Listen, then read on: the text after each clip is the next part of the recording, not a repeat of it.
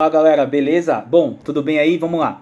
Eu vejo muita gente discutindo na rede social, muita gente falando sobre mobilização passiva no paciente sedado e todo mundo afirmando que faz a mobilização passiva e vê resultados no paciente. Bom, falando de ciência, toda vez que eu vou falar de ciência e que eu vou discutir evidência científica, eu tenho que lembrar do tripé. A melhor evidência científica, mais a experiência clínica, mais o paciente. Se alguma coisa dessa tríade se quebrar, acabou. Eu posso ter a melhor evidência, ter a melhor experiência clínica, mas o paciente não se adaptar. Acabou. Então vamos lá, vamos passar para pensar um pouquinho agora na mobilização passiva. Eu posso dividir a mobilização passiva naquela manual, que eu faço com a minha mão, e naquela que eu faço com aparelhos, tipo Kinect, Cajumoro, Motomed, entre outros. Eu realizei uma busca na PubMed para verificar se tinha alguma coisa nova. E eu não achei nada novo. Existem vários estudos de mobilização passiva, não muitos, mas existem alguns, muito interessantes inclusive, mas que usam muito aparelhagens. Então assim, eu entendo todo mundo que fala que eu faço mobilização passiva para evitar osteopenia, porque tem descarga mecânica óssea, para evitar que o paciente tenha encurtamento, porque eu estou mobilizando, então eu penso na plasticidade muscular. Eu mobilizo para ter, sei lá, uma melhor lubrificação articular. Eu entendo todos esses benefícios que as pessoas listam. O que eu quero que as pessoas entendam é, na ausência da evidência, a hipótese é nula. Se eu não tenho evidência, eu não posso afirmar que algo funciona. Eu tenho que trabalhar com a hipótese que não funciona. E trabalhar com a hipótese que não funciona não é que eu estou afirmando que não funciona. Eu estou supondo que não funciona porque eu não tenho como provar que funciona.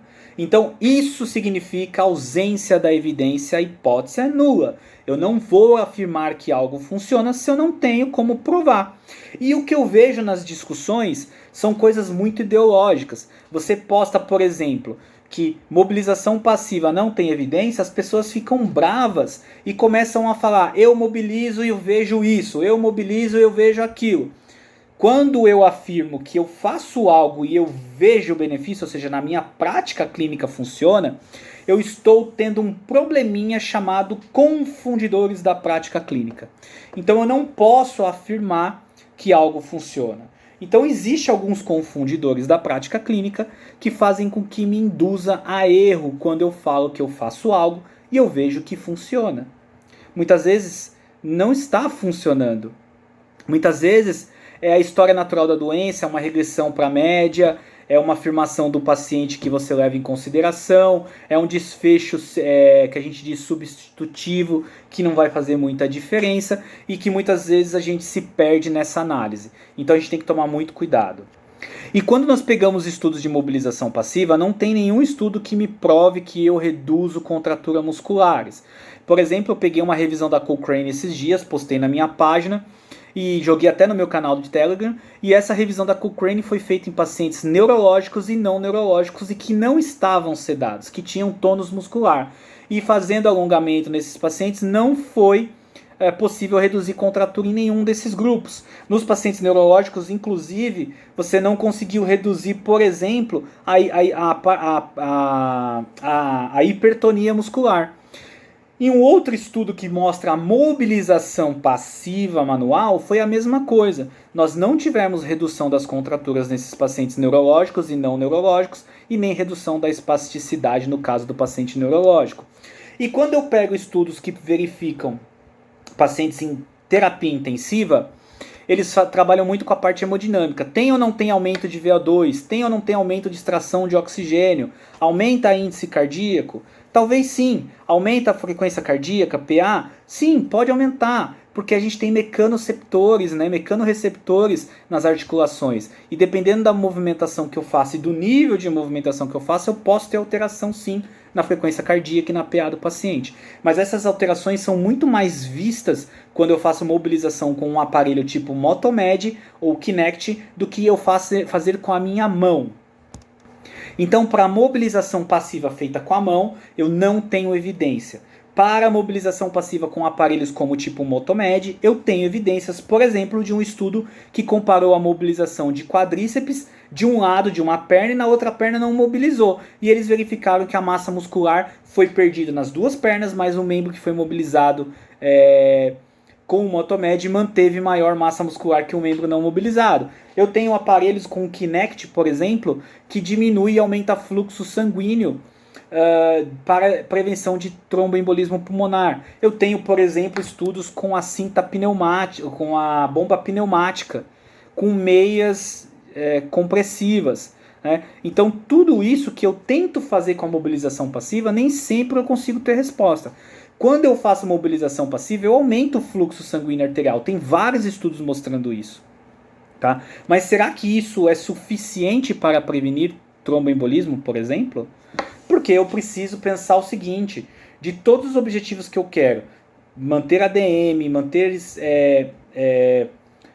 integridade articular, diminuir TVP, eu preciso lembrar que eu mobilizo meu paciente em torno de 20 a 30 minutos, divido essa mobilização em pelo menos os dois braços e as duas pernas, né? Várias articulações, e a gente faz isso 2 a 3 vezes por dia, e o resto do dia o paciente passa imóvel sem mobilização.